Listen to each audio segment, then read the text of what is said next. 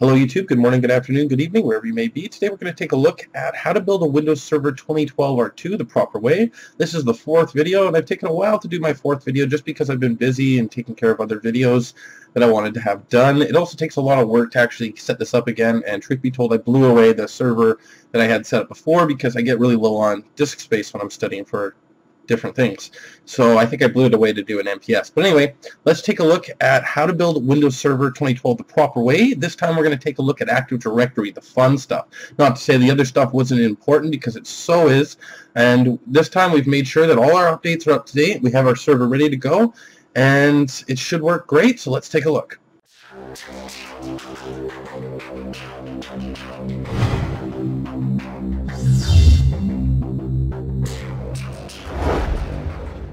Alright YouTube, so here we go.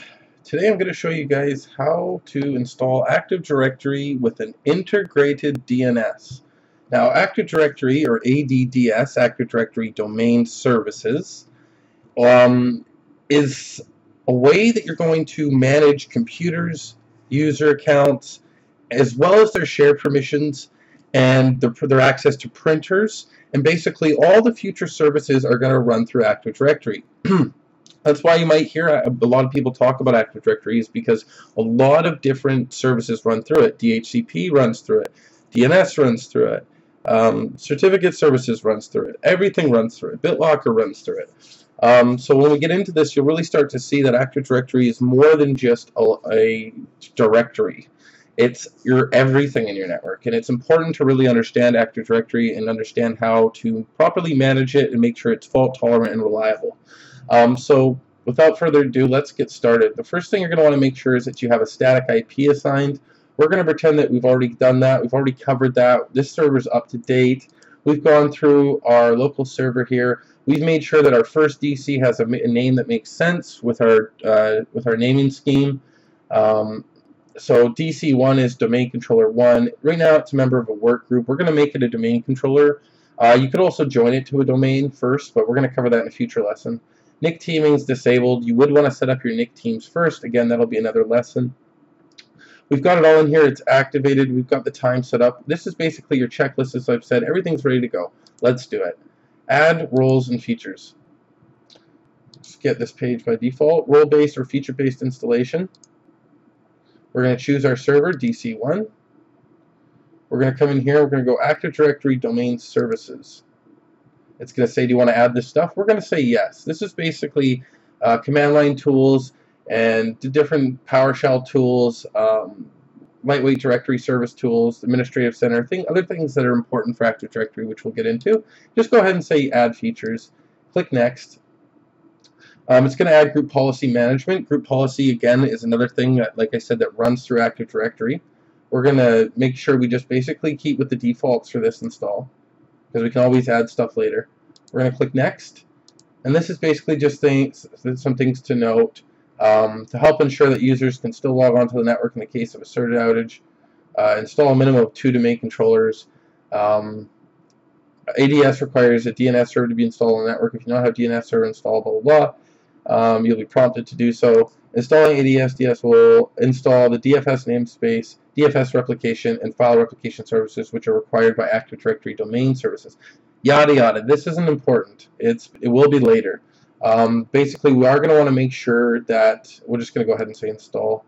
We are going to make sure that we install by best practices. So we have 2 domain controllers set up that are replicating the user accounts back and forth. And when I say replicating, that's kind of a way that we're going to keep fault tolerance. If we have 2 physical domain controllers or 2 virtual domain controllers on different physical servers, or even on the same server, can be okay in some instances. It gives us more flexibility so that if something goes wrong on one server, we have all the stuff on another server. Users don't notice anything because it just fails over to the other one. And the same thing goes for DNS, because DNS is going to be, most people with Active Directory, they keep DNS or domain name system as part of Active Directory. That way it's dynamic, and they don't have to manually sit there and maintain IP addresses to domain names. So it's also going to keep track of where your computers are. Like I said, DNS and everything runs through it. DNS, DHCP. So I don't want to confuse you guys. I want to keep it very basic. But the the Active Directory is something that the Active Directory domain services is something that I've been studying for a very long time. And I'm still learning stuff about it all the time. So it's a pretty big topic. But let's take a look back when we're done here. Okay guys, here we are back. As you can see, it says it's done. Now from here we could promote this server to a domain controller. So just notice that is the next step. You used to have to run a command called DC promo. That command is no longer used for promoting to a domain controller. However, that command is still available for certain different migration tasks or using answer files and stuff like that. You'll still use DC promo. Now we come up to here, we can see up here on our flag, it's telling us we got to do something. We're going to promote the server to a domain controller.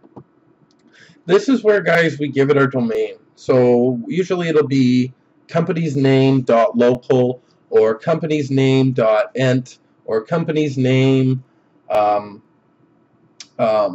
.lan or something that's not routable externally. You do not want to have a domain that's also routable externally. Unless you follow the new practices. These days they have different requirements if you're wanting to set up a domain than it ever has been before. So I'll show you that when we get into it in a bit. But you do have to name your domain something else if you're going to have an actual domain on the other side. So right here we have an option, add a domain controller to an existing domain. Let's say if you just wanted to add, and that's what we're going to do later. We're going to add another domain controller to this domain. Think of a domain, guys, like your network name. You see down here how it says network? Soon that's going to say the name of the domain we're connected to. And that's the network name for all intents and purposes. So think of it like a network name. So another thing we could do is we could add a new domain to an existing forest. So that would be like if you had a child domain within your domain. So think of each domain like a tree. And when we talk about a forest, that's your entire structure of all your different domains and subdomains.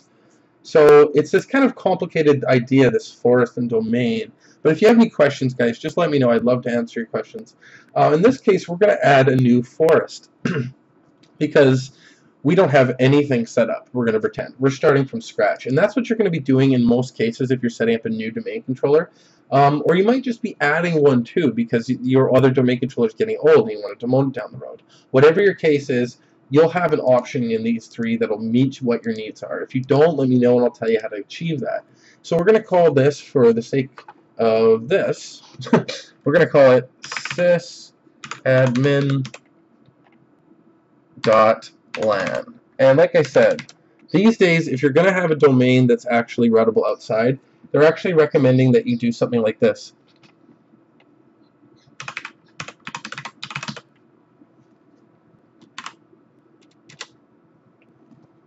But I don't want to do that because we don't have anything routing externally, so we're just going to keep it as sysadmin.lan. And that's also going to be the NetBIOS name. It's just sysadmin.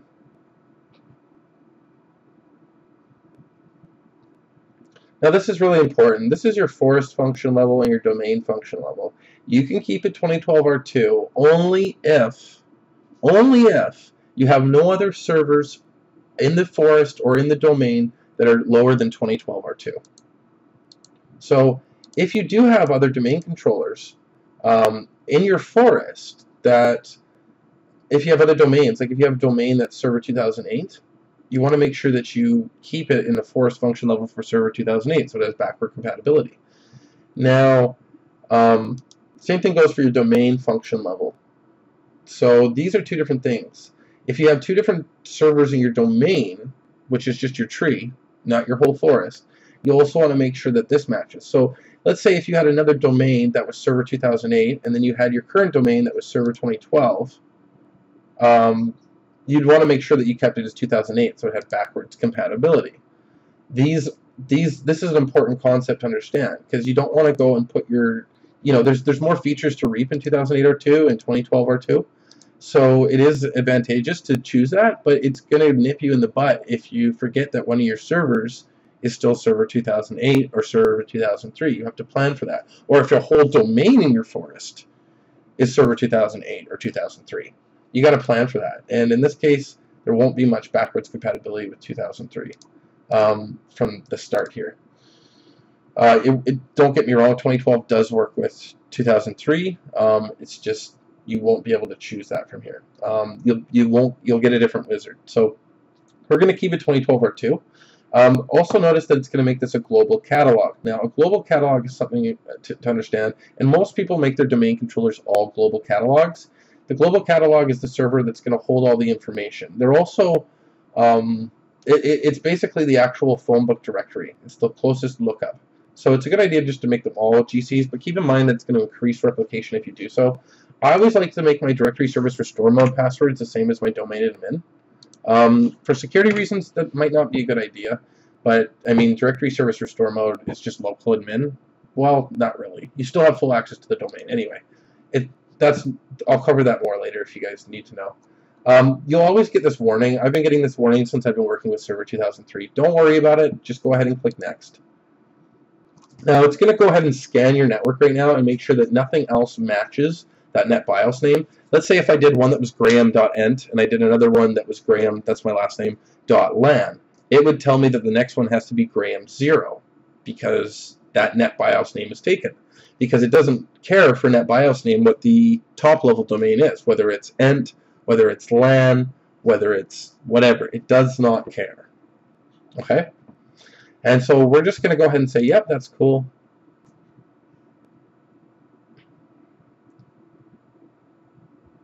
And now it's going to ask you where you want to keep the database location, the log files, and the main sysvol replication folder. This is important. Your nts.dit file is going to be here. You want to make sure that you understand where it's being put. Some people like to put all three on different partitions. Here's where you'll get an option to. For the exam, you guys want to make sure that you remember these. These are locations that might be on your exam. It might ask you where's the sysvol folder, where's the nts.dit file. The nts.dit is your database. So you're going to want to understand where these are kept, okay, because they're your entire domain. So even though you'll have 2 of these or 3 of these on different servers, you want to remember this. So we're going to go ahead and say global catalog yes. It's going to go ahead and it's going to determine if it can do this. It's going to go ahead and use the local admin password for the domain admin password. And we're going to come back in a bit. And it looks like it's all happy. Like I said, you will get some warnings. We don't have to worry about that. We're going to go ahead and click install. I decided I might let you guys kind of have a look at what's going on just because you might be caring to see what's going on. It's basically creating the DNS, integrating it into Active Directory, setting up all the folders, making the database, and it'll actually tell you how many objects are to go, which is kind of nice. It's going to set up your Kerberos policy. It's going to set up group policy. You're about to be signed out. We're going to go ahead and click close. The server has been successfully configured as a domain controller. As you can see, you've got ADDS in here. At this point, guys, it's going to sign us out and restart. So I'm going to go ahead and switch over to our other server here called Beast. And we can actually watch it do this. Watch it reboot and stuff. A little bit more exciting than just staring at nothing. So this is going to come back up, and now it's going to ask us to sign on to the domain. What is the first thing you think we should do after we've set up a new domain? Well, we're going to sign on to the domain. So we're going to sign on not to the local computer like we've been doing the whole time, or like you've done probably with any Windows computer. Every single Windows computer, unless it's on a domain, signs into the local database. Now we're going to be signing on to the Active Directory database. So by default, it's probably going to say, let's sign into the local computer again. We don't want to do that, and that account will probably be disabled. We're going to sign on to the domain. So what is the account that we're going to be using? So here we are back. As you can see, right now we're stuck on domain says DC1. That's the name of our server. So that doesn't make sense. We want to sign on to the actual domain. So what we're going to do is we're going to click on the username field and we're going to type the name of the domain that we want to sign on to. So we just made a domain called Sysadmin. Now the default username as I was just saying, is administrator. So you guys want to make sure you change this first. This is so important for so many reasons. If you don't put it as administrator, I mean, if you don't change it from administrator, first of all, you're letting everyone in the world who can Google know half of your password, because half of your password is your username. Even though that's the easier half to get, that is still half of your logon credential. It's your username. So change that for that reason. Reason number one. Reason number two, you want to change it. If you ever don't, and you try to type in administrator into here, it's automatically, even if you're on the domain already, going to think you're trying to log on to the local administrator account. And you won't be able to sign in as administrator just typing administrator. You'll have to type in domain/administrator every single time, even if it's on the domain. If you guys don't know what I mean, don't worry about it. This is kind of more advanced for a lot of people. But just make sure you always change the default username account, okay? So this is going to be administrator. Now this account is very important to understand what it does. Because this account here is actually also the key to your whole kingdom. So it's going to give you a security cert error. Don't worry about that. Nobody ever buys a security cert internally. So we log on to our server. It tells us we have 89 days left for evaluation. By default, you'll have 120.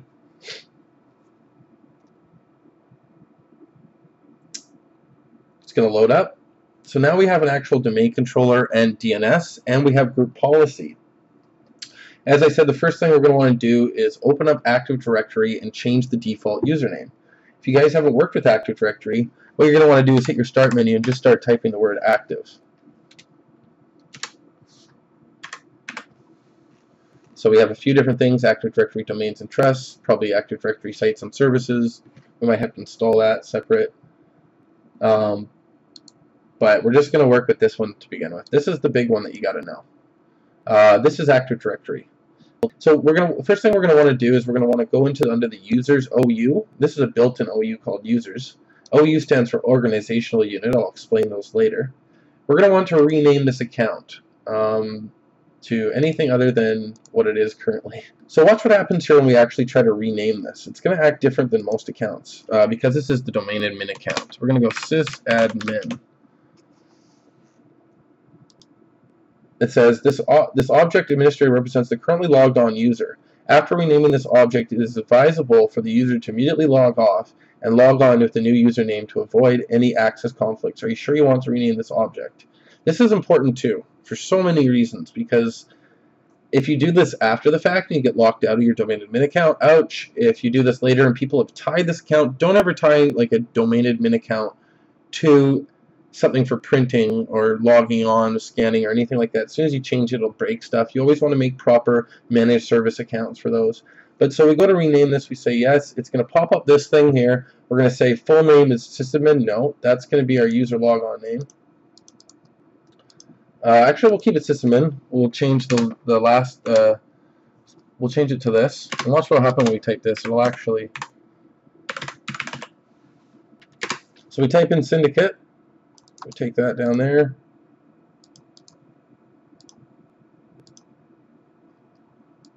We'll take this here. I like to copy and paste. You can type it out if you like. We're also going to want to make sure we choose for the right domain. And we're going to say OK. Now that we've changed it, we've just done the first thing that so many domain administrators do wrong. Remember, this is all about doing it the right way. So that's why I wanted to show you guys changing that first is the biggest thing you want to do. Now, before we do anything else, we're now going to want to reboot this guy. We're going to want to go make sure we understand that what this is. And before we actually start using it, we're going to go ahead and we're going to make new organizational units. So we're going to come into here like this. And we can't actually do it from here. We have to go up here and go new organizational unit. And we're going to call this one master. This just means we're going to put everything inside of here. Don't use the default OUs, guys. It's just bad idea. So we're going to go new organizational unit. We're going to go computers. Or actually, we're going to go desktops. And you don't have to break it off as granular as I'm going to. But you do want to make sure you make your own groups for everything.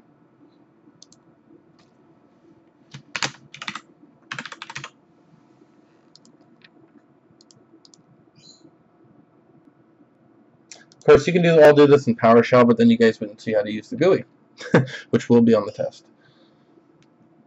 So you're going to want to go for security groups,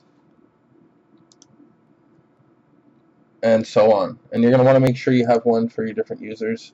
So you might have one that's like, you know, oops, we didn't want to create a user.